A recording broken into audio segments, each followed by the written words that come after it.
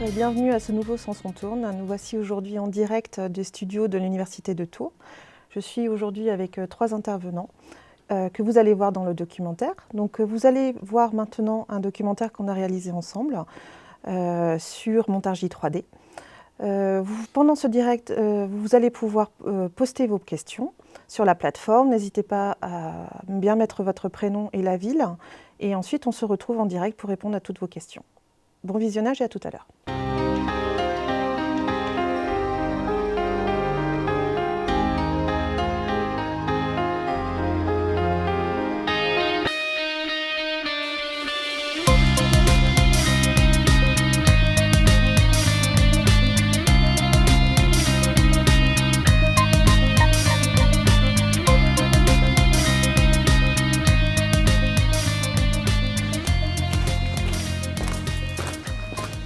Bonjour Benoît, merci de nous recevoir aujourd'hui. Bonjour Marie-Laure et bienvenue au CESR. On vous suit ?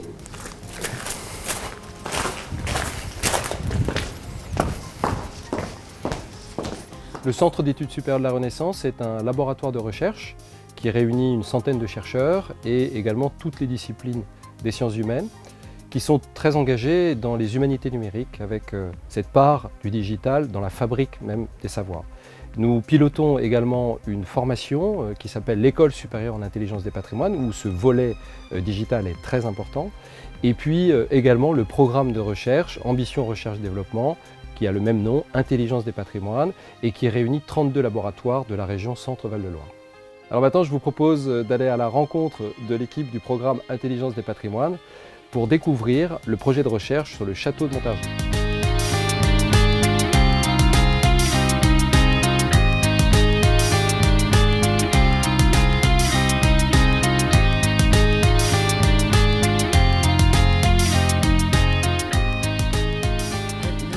Le programme Intelligence des patrimoines est un programme de recherche interdisciplinaire qui porte sur l'étude et la valorisation des patrimoines, qu'ils soient culturels ou naturels, en région Centre-Val de Loire. Il est donc financé par la région et porté par l'Université de Tours pour un collectif de 9 partenaires académiques. C'est un réseau de 360 chercheurs, plus de 140 projets fédérés et donc une équipe de coordination d'une vingtaine de personnes qui vient en appui aux chercheurs à la fois pour concevoir de nouveaux projets de recherche interdisciplinaires, mais aussi pour élaborer des projets de valorisation que nous allons proposer au grand public par l'intermédiaire principalement des sites patrimoniaux régionaux.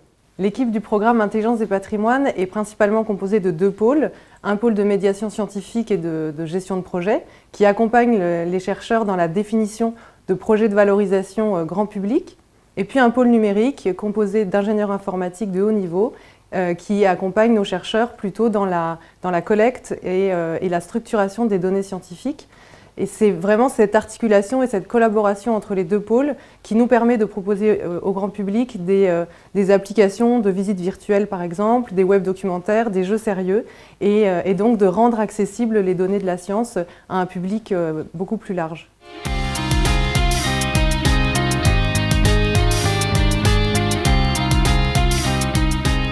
Le travail de Cyril s'intègre parfaitement bien dans le programme ARD Intelligence des patrimoines. C'est un dispositif doctoral CIFRE avec un partenariat public-privé qui a l'originalité de mêler la recherche fondamentale avec la recherche pratique et d'intégrer les sciences digitales avec les sciences humaines. Alors pour Cyril, c'est tout à fait innovant et ça lui permettra, à partir de cette reconstitution du château et de ses jardins, d'ouvrir de nouvelles perspectives professionnelles.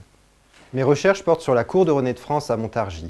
Renée de France, c'est une princesse royale, née en 1510 à Blois. C'est la fille du roi Louis XII et de la reine Anne de Bretagne. Elle va devenir l'épouse du duc de Ferrare, va vivre pendant 32 ans en Italie du Nord, puis, au moment de son veuvage, revient sur ses terres de Montargis et s'installe au château. Le château royal de Montargis est un château dont on ne connaît pas très bien les origines, mais qui s'est développé sans doute au XIIIe siècle sous le roi Philippe II Auguste. Il a eu ensuite plusieurs phases de développement et de transformation, notamment sous Charles V au XIVe siècle. Et puis, Renée de France, au XVIe siècle, est venu l'embellir de vastes jardins. Après Renée de France, le château est la propriété des ducs d'Orléans. Il subit plusieurs phases de réaménagement, de transformation, des bâtiments sont détruits.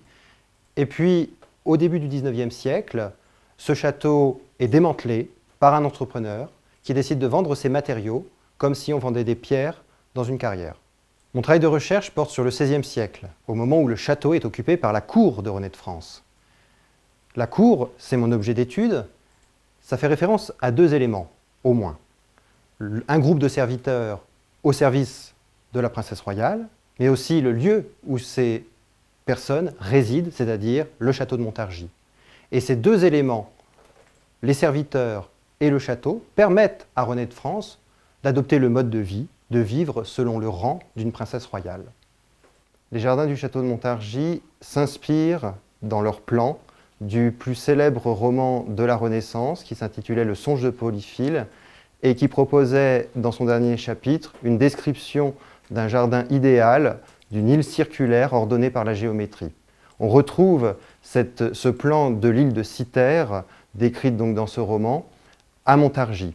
Et c'est pourquoi nous avons choisi d'intituler ce projet « Le songe de René de France », en référence donc à ce roman majeur à cette époque qui a inspiré de nombreux architectes, et en même temps pour créer une forme de distance par rapport à l'interprétation qu'on a eue d'un château disparu à partir des données de notre recherche. Le projet se compose de 2 étapes. La première, de modéliser en 3 dimensions virtuellement le château et les jardins à la Renaissance, au XVIe siècle. Et la deuxième étape, d'intégrer donc la réalisation de la maquette 3D à des applications numériques pour de la médiation culturelle et scientifique. L'objectif de la modélisation en 3 dimensions, c'est sur le plan scientifique de rassembler des données diverses, de les mettre en application pour essayer de redonner forme à des éléments qui ont disparu et ainsi proposer un modèle virtuel en 3 dimensions du château et des jardins à la Renaissance et d'expérimenter des hypothèses de travail à partir de nos résultats de recherche.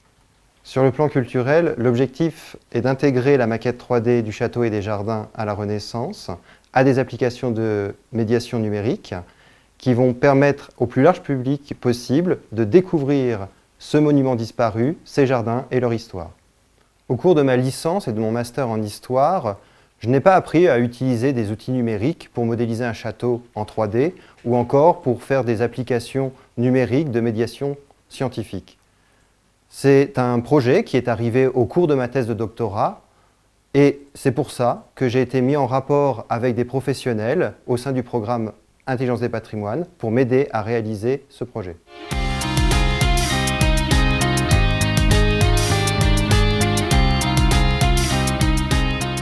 Dans un premier temps, pour ce projet, j'ai fait mon travail d'historien. C'est-à-dire que je me suis interrogé sur ce château, ses jardins au XVIe siècle, et je suis allé rechercher des informations dans les archives, dans les livres en bibliothèque. J'ai analysé les informations que j'ai retrouvées et j'ai interprété ce que j'avais retrouvé, les résultats de mes recherches. La principale source sur le château de Montargis et ses jardins au XVIe siècle, ce sont les représentations de Jacques Androuet du Cerceau, qu'il a publié notamment dans Les plus excellents bâtiments de France, qui est un ouvrage qui rassemble beaucoup de présentations de châteaux royaux importants pour l'époque, dans lequel donc, il a intégré Montargis. Nous avons sous les yeux des dessins de ce projet d'ouvrage qui sont conservés à Londres, au British Museum, qui nous représentent ici le château en vue perspective, mais aussi des détails sur un bâtiment, qui est la grande salle, ou encore le développé du pourtour du château et une partie de ses jardins, et un détail sur une grande galerie qui était aussi dans les jardins. La question qui se pose face à une telle source, c'est de savoir est-ce qu'elle nous représente la réalité ou non? Jusqu'où elle nous représente ce qui a existé? Et pour essayer de répondre à cette question, il est nécessaire de croiser ces représentations avec d'autres sources, d'autres présentations, d'autres textes descriptifs, d'autres données. Les différentes informations qu'on retrouve et qu'il va falloir croiser, elles se situent dans des documents qui sont éparpillés un peu partout en France ou à l'étranger, dans des archives, dans des bibliothèques. Il faut notamment consulter d'importants registres de comptes et parfois leurs pièces justificatives qui se retrouvent dans des situations d'entremêlement assez complexes à démêler. Et cet ensemble de données venues de plans, de représentations et de textes issus des archives. Il va falloir les croiser pour permettre de développer notre connaissance sur les jardins, sur le château de Montargis. La problématique maintenant, c'est de savoir comment appliquer les données que j'ai récupérées à la réalité. Et pour cela, j'ai eu besoin de Damien et de ses compétences.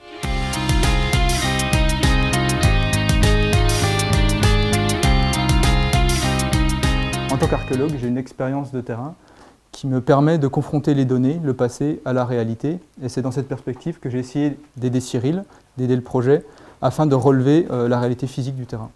Donc la première étape du projet consiste à travailler en 2 dimensions sur des systèmes d'information géographique. Donc on va repartir de la réalité avec le parcellaire actuel, ainsi qu'un modèle numérique de terrain obtenu grâce à l'IGN. Sur ces données physiques réelles, on va projeter les cartes historiques. La première référence qu'on va utiliser est une carte historique relativement récente, relativement peu déformée et qui correspond assez bien à la réalité, même si on note un certain nombre déjà de déformations par rapport au plan d'origine. Puis dans un deuxième temps, on va s'appuyer sur cette carte historique et aussi sur la topographie qu'on garde en fond pour reprojeter le plan le plus ancien, celui du XVIe siècle, le plan de Ducerceau, qui, pour le coup, accuse un certain nombre de déformations, notamment qu'on constate ici au niveau des tours et dans la partie nord-est du château, où là, il y a vraiment une grosse déformation, ainsi que le jardin, qui n'est plus du tout la représentation assez parfaite qu'on voit sur le plan d'origine. Donc, dans un deuxième temps, une fois obtenues les données en 2 dimensions géoréférencées, on projette ces informations en 2 dimensions en 3 dimensions pour observer comment se comporte le plan avec le terrain en 3D, ce qui nous permet d'une part d'observer la position approximative des bâtiments qui ont aujourd'hui disparu, mais aussi de constater des transformations du relief dans le temps, entre la période de la Renaissance et la période actuelle, ce qui pose un certain nombre de questions sur la position du jardin et la taille du jardin par rapport à ce qu'on considérait être les limites physiques matérialisées de ce jardin dans le terrain actuel. Donc, dans un troisième temps, on va enrichir cette visualisation 3D avec un certain nombre d'éléments numérisés sur le terrain, c'est-à-dire, comme vous pouvez le voir, les bâtiments qui ont été scannés ici avec un scanner laser terrestre qui donne des références de certains éléments encore en place actuellement, et également aussi des données archéologiques sous forme de données géoradar qui permettent de relever le bâti encore existant mais qui est situé sous le sol actuel. Notamment ici, on voit le donjon du château. Ces données géoradar permettent de confronter la projection des plans anciens avec la réalité de ce qui existe encore sous le sous-sol pour vérifier si effectivement ces plans correspondent à peu près en termes d'emplacement des bâtiments à ce qu'on peut encore retrouver dans le sous-sol du château. On constate donc que Jacques Androuet Ducerceau a conservé une vision idéale de son projet de jardin, puisqu'il existe un décalage entre son plan et le relevé de la réalité. Il était donc essentiel de passer par cette étape pour arriver à modéliser au plus proche de la réalité historique. Maintenant, nous allons pouvoir modéliser le château, ses jardins, le terrain, son environnement, et cela se fait avec l'aide de Johan. Donc pour cette étape de modélisation, on va procéder avec une méthode qu'on peut qualifier de méthode en entonnoir, c'est-à-dire qu'on va commencer par modéliser à large échelle et ensuite apporter davantage de précision, et donc par étape, et à l'issue de chaque étape, venir valider scientifiquement et techniquement le résultat de modélisation. Donc pour être un petit peu plus précis, la première étape va consister à récupérer les différentes données qui ont été acquises, donc comme l'ont précisé Damien et Cyril précédemment, pour pouvoir concevoir l'environnement, le terrain autour du château de Montargis. Sur ce terrain, on va ensuite venir poser des éléments très simples en 3D, des rectangles et des cubes, qui vont symboliser les différents éléments de bâti du château et qui vont permettre de valider le positionnement du château dans son environnement. On va pouvoir maintenant préciser le modèle en apportant des détails et ainsi arriver à un modèle 3D optimal du château de Montargis. Donc à partir du modèle optimal que l'on a ici, on voit qu'on a un modèle qui est complètement gris et on ne peut pas dire par exemple tel élément 3D correspond à tel matériau. Donc pour cela, on va exécuter une tâche de texturing, donc pour venir préciser ces matériaux. Enfin, la dernière étape a été d'importer les différents végétaux pour composer les jardins du château. Historiquement, dans les jardins du château royal de Montargis, il y avait une quantité très importante de végétaux. Et à modéliser, ce serait quelque chose de quasiment impossible d'avoir des centaines de végétaux, ça consommerait beaucoup trop de ressources. En effet, le travail de modélisation il est considérablement contraint par ce qu'on souhaite en faire. Ici, on souhaite effectuer une application de visite virtuelle qui va être effectuée sur le web et qui va être effectuée en temps réel. C'est par opposition au précalculé, c'est-à-dire que tous les calculs qui vont être faits pour afficher donc, les différents éléments 3D vont être faits en temps réel, donc en direct, pendant l'exécution de l'application. L'optimisation est effectivement une contrainte technique que l'on a pu rencontrer. On a également été, au cours de ce projet, soumis à des contraintes scientifiques, et je vais laisser Cyril poursuivre sur cette partie-là. L'une des difficultés de ce projet, c'est aussi la qualité des informations délivrées par les sources historiques, et c'est notamment le cas ici pour cet élément architectural des murs du jardin. Les infographistes en 3D m'ont demandé d'apporter des précisions, car ils le trouvaient relativement imprécis dans sa représentation. La première étape a été de préciser donc la forme de ces merlons en recourant notamment aux formes architecturales connues de cette époque et puis expérimenter leur implantation dans le jardin avec les infographistes selon les proportions indiquées par Jacques-Androuet du Cerceau. Nous avons donc à la fin des éléments assez monumentaux qui étaient structurants pour le jardin et que nous avons expérimentés dans le cadre de ce projet. Notre résultat, c'est cette forme de merlon qui faisait à peu près 10 mètres de large, 2,50 m de haut, et cette forme, ces proportions, respectent les informations données par Jacques-Androuet du Cerceau. Le problème, c'est qu'aucune autre source, aucune archive ne nous décrit ces merlons, à part Jacques-Androuet du Cerceau, qui, on l'a vu, a tendance à un peu idéaliser les représentations des formes architecturales du château à Montargis.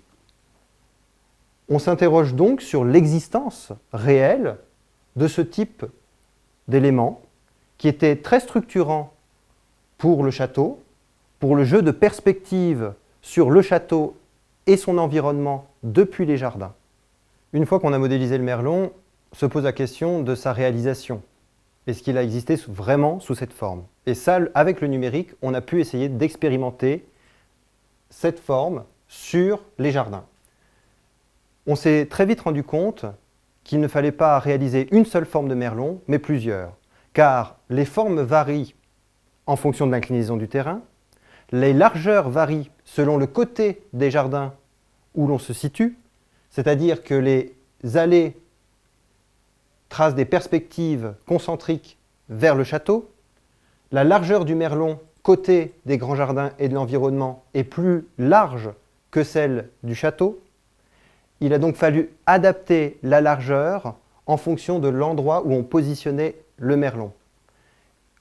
Au sujet des labyrinthes, Jacques-Androuet du Cerceau nous a proposé au moins 2 formes de merlon et le numérique nous a aidé à en sélectionner une qui pouvait correspondre à une largeur de 20 mètres qui correspondait donc à celle des labyrinthes.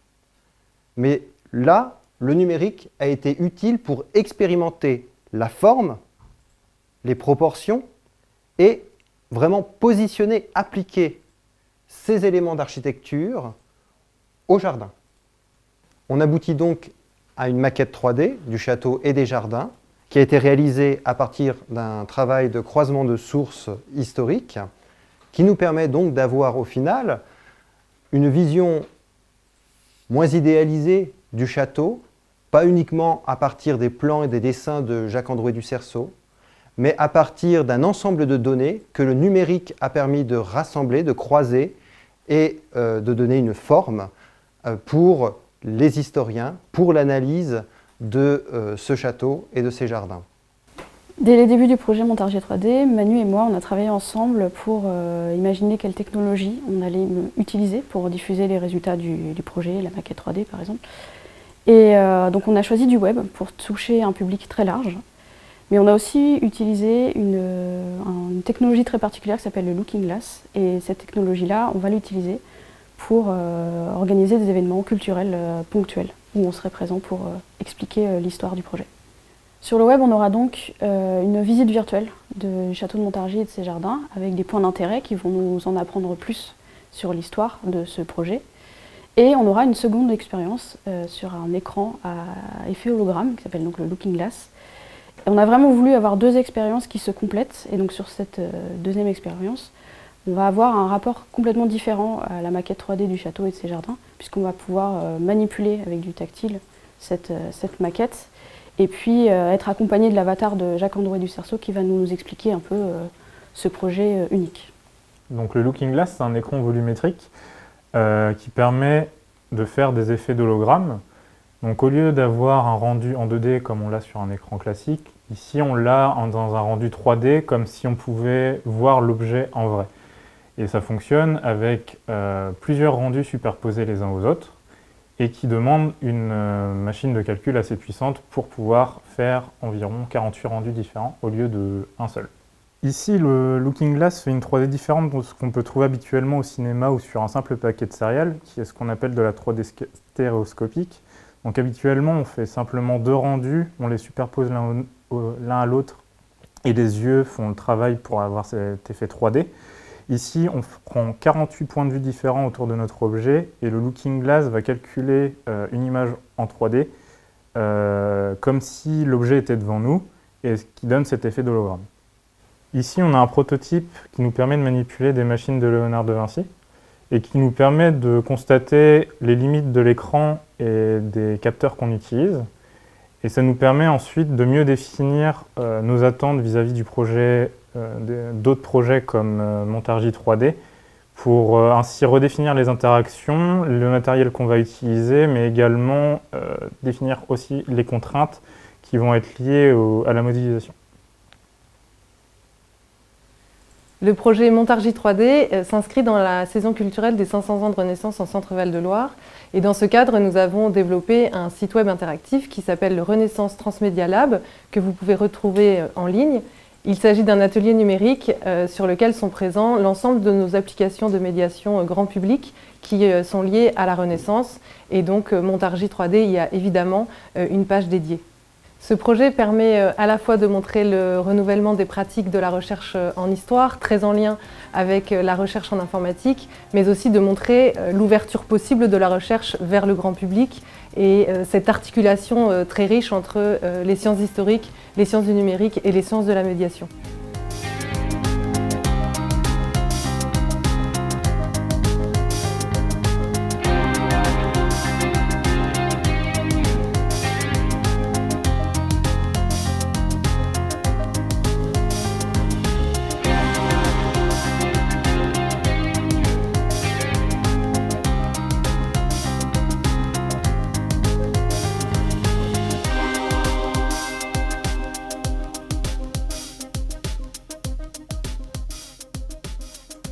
Donc nous voici de retour en direct au studio de l'Université de Tours. Vous avez donc vu le projet Montargis 3D. Pour pouvoir répondre à vos questions, je suis aujourd'hui avec Cyril, donc le doctorant qui travaillait sur ce sujet, Johan et puis Damien, qui sont deux ingénieurs d'intelligence des patrimoines. On va pouvoir vous poser des questions aujourd'hui. Merci aujourd'hui d'être avec nous. On va commencer par une question de Louise qui demande pourquoi investir dans le numérique pour vous, historiens. Alors, merci tout d'abord de cette organisation, pour l'organisation de ce moment d'échange. Pourquoi investir dans le numérique quand on est historien? Tout d'abord, quand on est historien, on n'investit pas automatiquement dans le numérique. Je pense qu'il faut déjà le dire. Quand un travail d'historien peut se faire sans recours à des outils numériques. Mais là, l'intérêt, c'était effectivement de travailler sur un château qui avait disparu, sur des jardins qui avaient disparu, et d'essayer de faire passer des données de recherche de façon un peu originale, un peu visuelle, et essayer de reconstituer avec des outils informatiques, numériques, un environnement qui a disparu.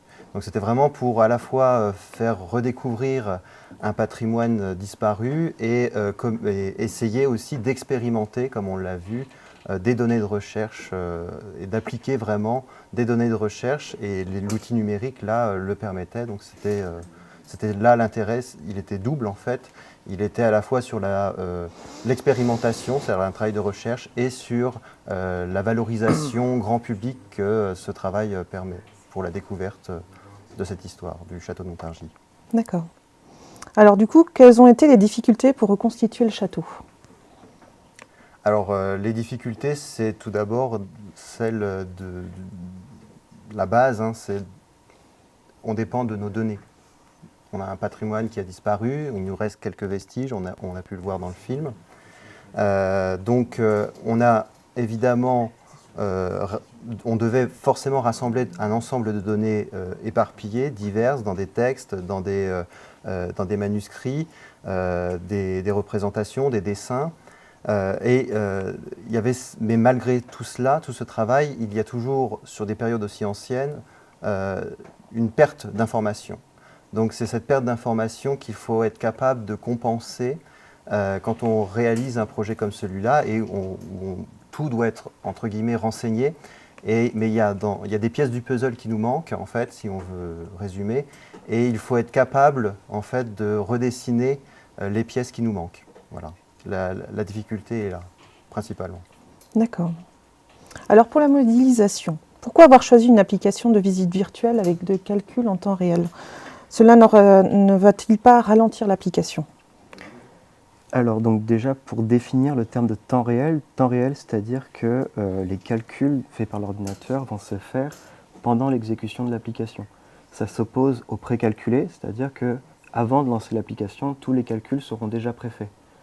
Donc le précalculé, en fait, on va s'en servir pour des situations telles que des vidéos, des films d'animation. Alors là, pour le projet Montargis 3D, on est sur un jeu sérieux de visite virtuelle. C'est-à-dire que le joueur va se déplacer et il va falloir que les calculs s'adaptent en fonction des différents mouvements de l'utilisateur. Donc c'est pour ça qu'on passe pour cette application-là par du temps réel. D'accord. Donc il ne faut pas forcément un débit important? Pas nécessairement. D'accord. Et du coup, qu'est-ce qui vous inspire scientifiquement dans l'histoire? Comment avez-vous exploité ce projet? Qu'est-ce qui m'inspire scientifiquement dans l'histoire? Disons que, à la base, c'est sûr que l'histoire, pour moi, c'était une passion. J'ai toujours apprécié cette discipline, mais à la base, quand on commence à faire des études, c'est vraiment une discipline scientifique. Donc on nous apprend à avoir une démarche, en fait, scientifique. C'est l'histoire, la discipline scientifique, c'est appliquer une démarche scientifique à un objet d'étude qui parle du passé, à partir d'un ensemble de sources qu'il faut aller effectivement chercher dans des archives, dans des bibliothèques. Mais voilà, à la base, on se pose une question et on essaie d'y répondre avec un ensemble de documents, avec l'aide des travaux d'autres historiens, etc. Donc c'est une inspiration, mais on va dire renseignée. Il faut vraiment aller chercher l'information dans les sources. Et celle sur Montargis se trouve un peu éparpillée partout en France et même à l'étranger. Hein. Vous avez les livres de contes de René de France qui sont à Turin. Donc il faut se déplacer, regarder ce qu'on peut y trouver, l'information qu'on peut y trouver. Ensuite, il faut analyser évidemment cette information et ensuite l'interpréter. Et puis pour l'exploitation, je pense que Johan, tu avais... du projet en général. Oui, pour l'exploitation de l'application, du coup, ça sera sur une diffusion sur le web, donc sur le site Renaissance Transmedia Lab, et sinon en événementiel, lors de salons ou autres événements du jeu. D'accord. Et au niveau du travail, Damien, en 2D, par rapport à l'archéologue, est-il une procédure utilisée donc largement dans cette discipline ou est-elle propre au sujet ? Alors non, pour l'archéologie, c'est quelque chose qui est très répandu et même systématique depuis plus d'une dizaine d'années, on va dire même. et qui fait partie vraiment de la formation de l'archéologue au niveau universitaire, c'est-à-dire qu'il n'y a plus maintenant de formation en archéologie à proprement parler, sans avoir cette approche de dimension, en tout cas cartographique, parce que l'archéologue a un besoin vraiment spécifique d'arriver à spatialiser les informations et à regrouper ces informations au sein de systèmes d'information qui lui permettent ensuite d'interpréter le passé de la même manière que l'historien, mais pas forcément avec les mêmes sources en fait. Donc c'est vraiment quelque chose de très important dans l'information. Et du coup, au niveau du projet, ça a donné... Dans le projet, c'était aussi important parce que ça permettait à Cyril d'avoir aussi cette capacité à regrouper entre elles un certain nombre de sources qui effectivement sont en relation, mais tant qu'elles ne sont pas mises ensemble dans un même espace, sont difficilement lisibles ensemble en fait. Mhm. Alors du coup, Kevin demande si le recours au numérique est-il toujours garant d'une vérité historique ou peut-il être aussi sujet à erreur ou interprétation?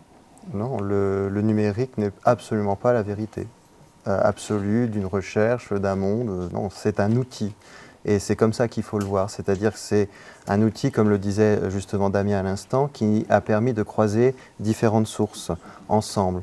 Il y a des sources très variées, effectivement, que ce soit sur la topographie du terrain du château, que ce soit les représentations que l'on avait de ce château au XVIe siècle, ou même celles qu'on a du XIXe siècle au moment où il est en train de se faire démanteler.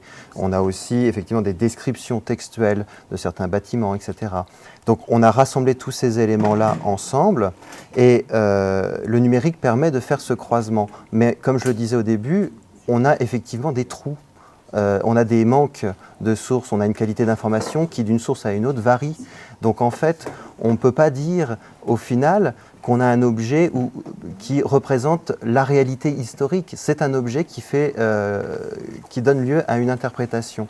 Et cette interprétation, il faut être clair, entre guillemets, on arrive à une première version d'une maquette qui pourra être modifiée si des recherches, on va dire, suivantes viennent justement trouver d'autres éléments. Voilà, donc, et le numérique permet cette flexibilité-là, c'est-à-dire d'expérimenter des choses qui n'existaient pas. Donc la maquette 3D, elle n'existait pas, le château n'existait plus. Donc expérimenter et venir modifier si on venait justement à interpréter différemment avec de nouvelles données, si d'autres recherches venaient apporter d'autres éléments par la suite. D'accord. Alors du coup, quel est l'intérêt de reformer un édifice du passé? Alors pour l'intérêt de reformer un édifice du passé, je pense que c'est essayer pour moi de comprendre un lieu. C'est-à-dire qu'aujourd'hui, quand vous allez à Montargis et que vous parcourez le site du château, vous voyez des vestiges de murs face à la ville, une tour. Mais voilà, l'endroit a été très remanié, mais il conserve encore toutes ces traces en fait de ce château et même des jardins qui ont disparu. Et donc se demander pourquoi dans le cimetière de Montargis vous avez une énorme terrasse par exemple où les tombes sont situées. Eh bien parce que cette terrasse était celle des jardins à l'origine. Donc ça permet vraiment on va dire de comprendre comment étaient façonnés les lieux, comprendre un peu la morphologie, j'ai envie de dire, de la ville aujourd'hui et son histoire. Et voilà, moi, derrière cela aussi, l'intérêt que j'ai à comprendre l'environnement matériel d'une cour qui était là, d'une cour princière du XVIe siècle, et qui a façonné ces lieux, et qui l'a façonné à son image, j'ai envie de dire. Donc c'est vraiment un croisement de différents intérêts qui sont liés voilà, à une meilleure compréhension d'une histoire, de l'environnement, des transformations qui ont été faites sur un lieu en particulier. Voilà. Et au niveau de l'archéologue, on a un peu la même problématique sur la nécessité de reconstruire ce qui a, virtuellement en tout cas, ce qui a disparu, c'est que c'est toujours très difficile, même pour l'archéologue lui-même, quand il est face à des vestiges plus ou moins détruits, plus ou moins rasés, de comprendre ce qui existait avant et de le transmettre aussi à d'autres personnes. Et du coup, le numérique est vraiment très intéressant pour ça, c'est qu'il offre les deux avantages. C'est qu'il permet à l'archéologue, en reconstruisant le numérique, de comprendre ce qui s'est passé et potentiellement de percevoir des choses que lui-même n'aurait pas vues seulement en restant au niveau 2D. Et aussi, par là, il permet de transmettre au public une vision de ce que pouvait être le passé, sans on essaye de présenter le scientifique le plus poussé possible, mais il y a toujours une partie d'interprétation. Et on est bien conscient de ça quand on le diffuse au public, on l'explicite, on l'explique. Il y a toujours une part d'interprétation qu'il faut prendre en considération. D'accord. Et du coup, est-ce que ce château, on peut le voir gratuitement? Il sera diffusé sur la plateforme, mais libre d'accès pour les gens, ou il va falloir Oui, bien sûr, se rendre sur un salon ou, Non, donc ça sera donc, comme on disait précédemment, sur le site web Renaissance Transmedia Lab, il n'y aura pas d'inscription nécessaire ou de téléchargement, quoi que ce soit. Ça sera une application qui sera directement utilisable en ligne, et gratuitement. D'accord. Et qui va ressembler à quoi exactement? Alors, qui va ressembler à quoi? Tout à l'heure, vous disiez que c'était un jeu. Oui. Donc, ça veut dire qu'il va y avoir pas simplement juste une visite du château, il va y avoir un intérêt à visiter ces jardins. Alors oui, ça serait une application, donc un jeu sérieux, dans lequel on déambulera sur les pourtours du jardin du château royal de Montargis. Et à l'intérieur seront dispersés des points d'intérêt que l'utilisateur pourra venir trouver et obtenir quelques informations sur des éléments clés du château. D'accord. Donc il y aura 2 éléments, il y aura donc notamment cette visite avec point d'intérêt, et une autre qui est plus visuelle pour découvrir un petit peu les différents pourtours alors en restant dans les jardins, bien sûr. D'accord. Et pour faire la modélisation, est-ce qu'il a fallu choisir une application de visite virtuelle? Non, c'est pas cette question-là, pardon. Pour réaliser du coup la modélisation, est-ce qu'il a fallu développer une application, ou alors elle était est-ce qu'il y avait un développement informatique, je veux dire, et en quel langage? Alors, alors pour la partie application, je n'ai pas parlé de la partie acquisition de données et autres. Oui. Oui, si tu veux. Pour la partie acquisition de données, on va dire qu'on a un certain nombre de matériels qui permettent de faire des mesures en 3 dimensions, Oui. qui eux-mêmes vont avec leur propre logiciel qui permettent d'apporter les données dans l'ordinateur, puis de les exporter pour d'autres utilisations. Et après, ces productions sur le réel sont utilisées par des modeleurs 3D qui, eux, vont se baser sur le réel pour reconstruire le plus proche de la réalité les modèles qui sont dans l'application. Et ensuite, une fois qu'ils ont reconstruit ces modèles avec des logiciels de l'industrie, on va dire, c'est à ce moment-là qu'on va ensuite les intégrer dans un moteur de rendu 3D, un moteur de jeu, qui est celui qui est utilisé pour propulser, on va dire, l'expérience, qui s'appelle Unity. En fait, c'est un des 2 grands moteurs de jeu les plus utilisés actuellement. Il y a Unity d'un côté, Unreal Engine de l'autre, et nous, on a fait le choix d'utiliser Unity. Voilà. D'accord. Et alors pour ce qui est après de la partie logicielle, donc le logiciel qui a été utilisé pour la modélisation 3D, ça s'appelle 3ds Max. Donc c'est un logiciel qui est propriétaire. Au niveau du langage qui tourne derrière, alors on code pas directement, c'est plus visuel. On va dessiner, modeler, sculpter éventuellement, mais sinon ça utilise des routines Python, je pense. Et pour ce qui est de Unity, donc du moteur de jeu dont Damien parlait, donc c'est aussi, on a une partie visuelle, effectivement, et pour ce qui est de la partie script, donc pour tout ce qui est interaction, on utilise un langage qui s'appelle du C#. D'accord.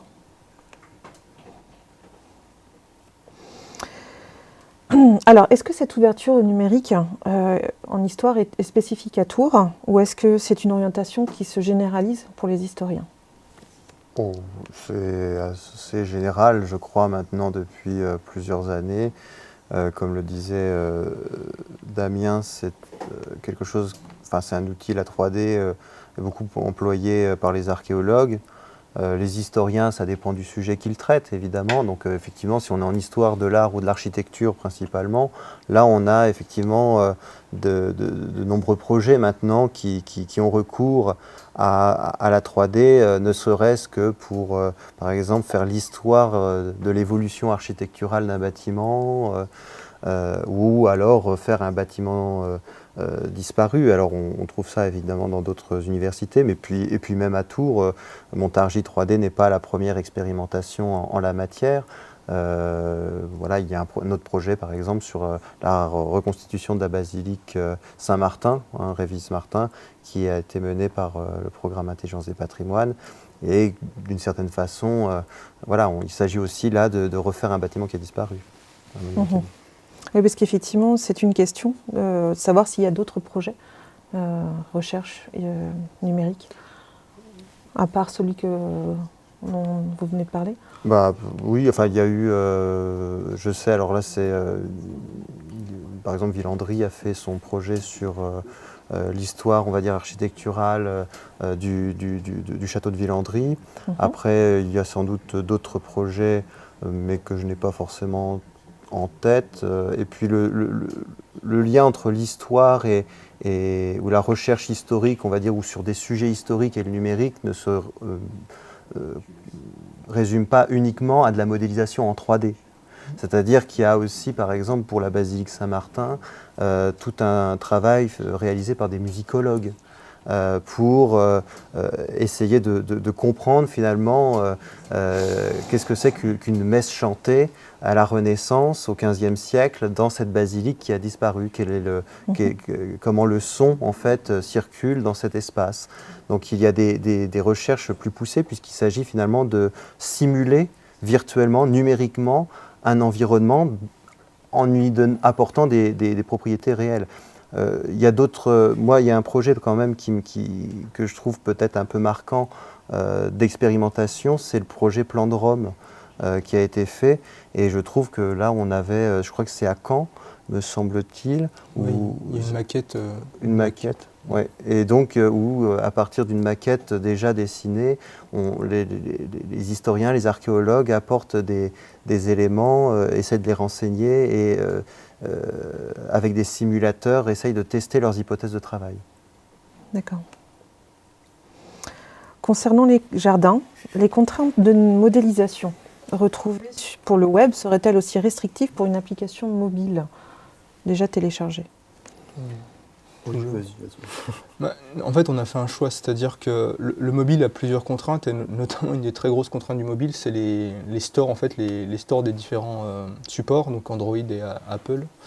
Donc le choix qu'on a fait, c'est de diffuser l'expérience via le web, via le navigateur, ce qui nous permet en partie de nous affranchir de ces problèmes de store et de plateforme, et plutôt d'avoir des contraintes liées au navigateur, mais sachant que le mobile est par définition optimisé, et que le web lui aussi est par définition optimisé parce qu'on doit avoir assez peu d'éléments qui se chargent très vite.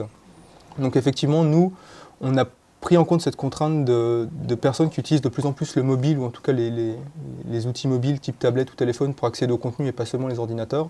Et le choix a été fait de diffuser globalement sur le web en optimisant au maximum les applications afin qu'elles soient fonctionnelles et rapidement utilisables sur toutes les plateformes. Ah oui, d'accord.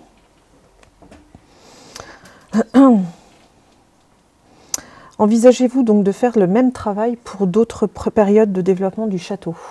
Par exemple, là, on était donc sur René de France, mais dans le film, on parlait d'autres périodes du château. Est-ce que c'est quelque chose qui est envisageable? Je pense que ça peut être envisageable à la condition qu'un travail de recherche préalable soit mené sur ces périodes. C'est-à-dire que très, très clairement, le projet propose là une visite virtuelle dans les jardins autour du château. Donc en fait, on se promène dans le pourtour du château, mais on ne va pas rentrer à l'intérieur. Oui. Et ça, la justification est scientifique. Enfin, entre guillemets, ça dépend des données de recherche. À titre personnel, dans le cadre de mon travail de thèse, de préparation de thèse, j'avais les éléments pour le pourtour, mais l'intérieur, là, il faudrait peut-être faire venir des archéologues et peut-être d'autres historiens de l'art, historiens de l'architecture, pour qu'ils s'intéressent vraiment à cela, qui mènent un travail dans les archives. Voilà, donc c'est un travail à mener sur l'intérieur du château notamment, et sur l'évolution, on va dire, architecturale du château. Il faudrait venir quelqu'un qui serait capable de faire de l'archéologie du bâti, par exemple. C'est d'autres compétences. Voilà, là on va dire qu'on a une première pierre, on a une interprétation en 3D du château et des jardins au XVIe siècle d'après l'état des connaissances entre guillemets qui ont pu être développées dans le cadre de mon projet de recherche, mais la recherche elle n'est pas finie, hein, l'histoire entre guillemets n'est pas finie, il y a d'autres projets à mener, et effectivement si d'autres projets étaient menés sur d'autres périodes, il y aurait peut-être une possibilité de venir non seulement modifier éventuellement ce qui a été fait pour le XVIe siècle, mais aussi travailler sur cette évolution du bâti à travers les âges, du site du château de Montargis à travers les âges. D'accord. Et du coup, vous, une fois que votre thèse sera terminée, est-ce que vous continuerez à utiliser le numérique dans vos projets de recherche? Pourquoi pas? Oui, avec grand plaisir. C'est vrai que ça serait j'ai pris goût évidemment à travailler sur ce type de projet, et je vois aussi le potentiel qu'on peut en retirer. Et je pense effectivement que c'est maintenant une compétence entre guillemets que j'ai aimé acquérir et que j'aimerais exploiter par la suite.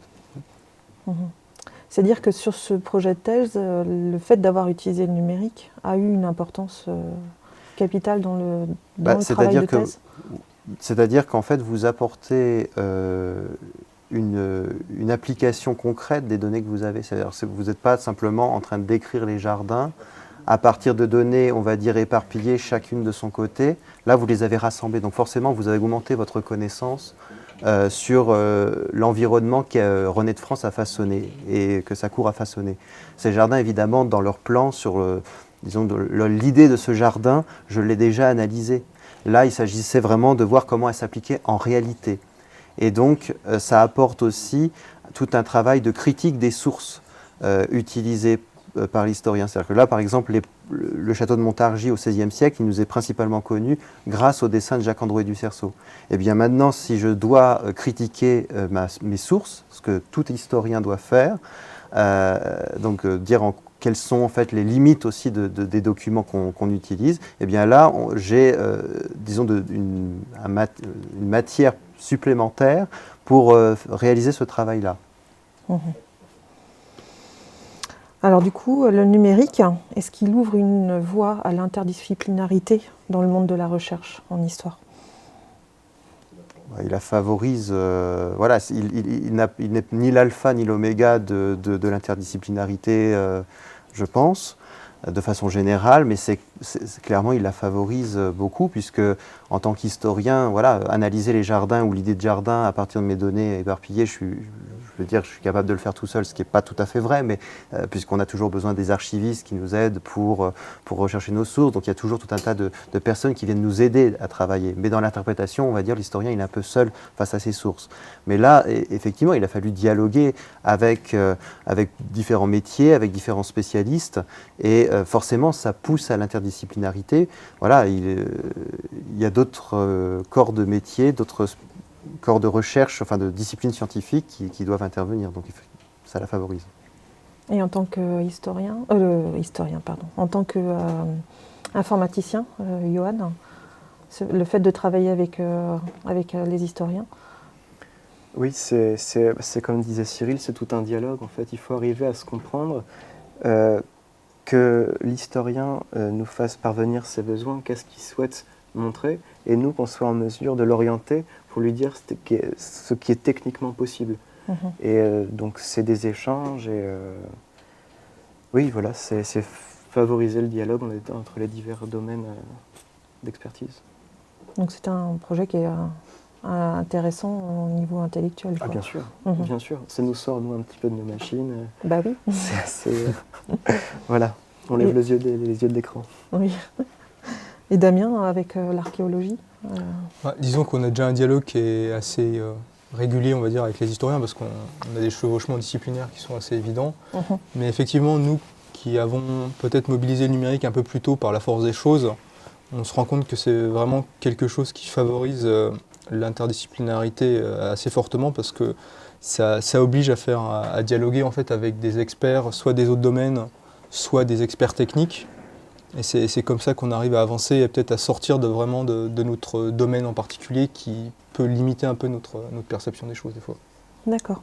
Alors du coup, quelles études conseilleriez-vous aux jeunes qui nous écoutent? Alors, pour développer ce type d'application. S'ils sont intéressés par un projet comme celui-là. C'est compliqué.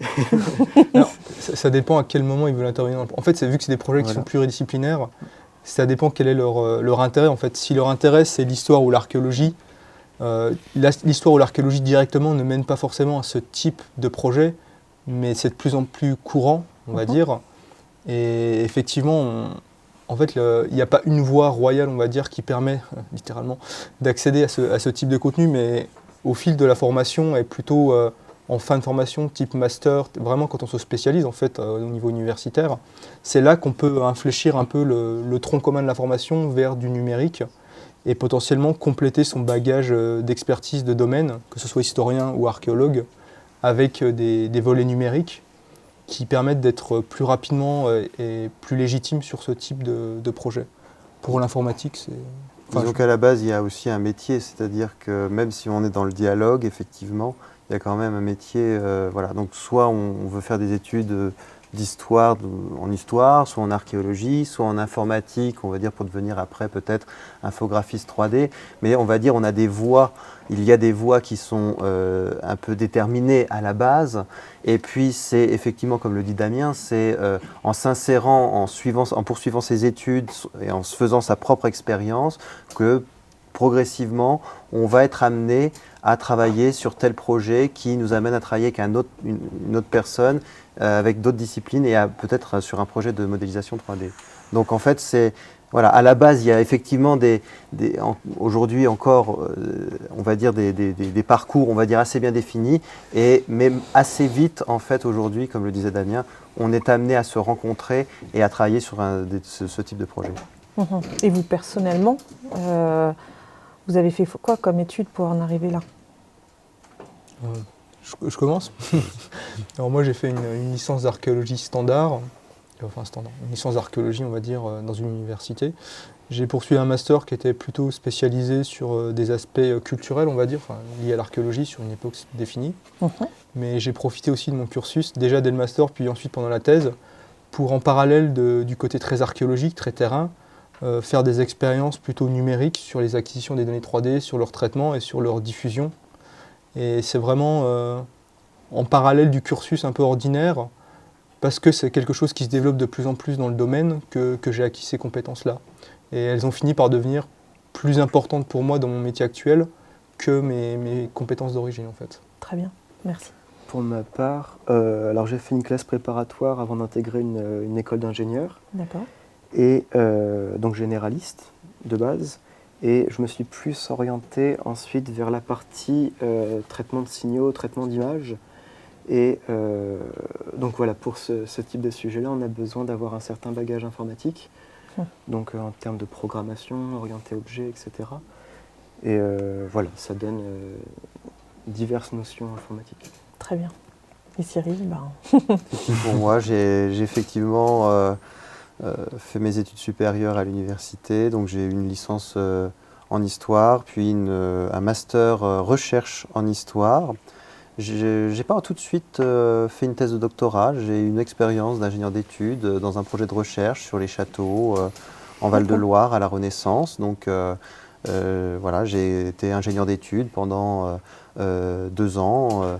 Et puis j'ai préparé ce projet sur Montargis de thèse. Et c'est à ce moment-là que je suis entré en thèse. Mais on va dire qu'entre le master et l'entrée en doctorat, il y a eu cette expérience où justement j'ai été intégré dans un programme qui déjà commençait à travailler en interdisciplinarité et avec le numérique. Voilà. Très bien. Bon, merci à tous les trois d'avoir répondu à ces questions. Merci. Donc merci à vous d'avoir suivi ce direct. Je tiens à remercier toutes les personnes qui étaient en régie aujourd'hui sur le plateau de l'Université de Tours. Merci à Jamel, mon collègue, qui c'est lui chargé de toute la technique. À Strid, qui elle a fait la modération pour les questions. Et puis merci à vous et puis à bientôt pour un nouveau projet de Science en Temps.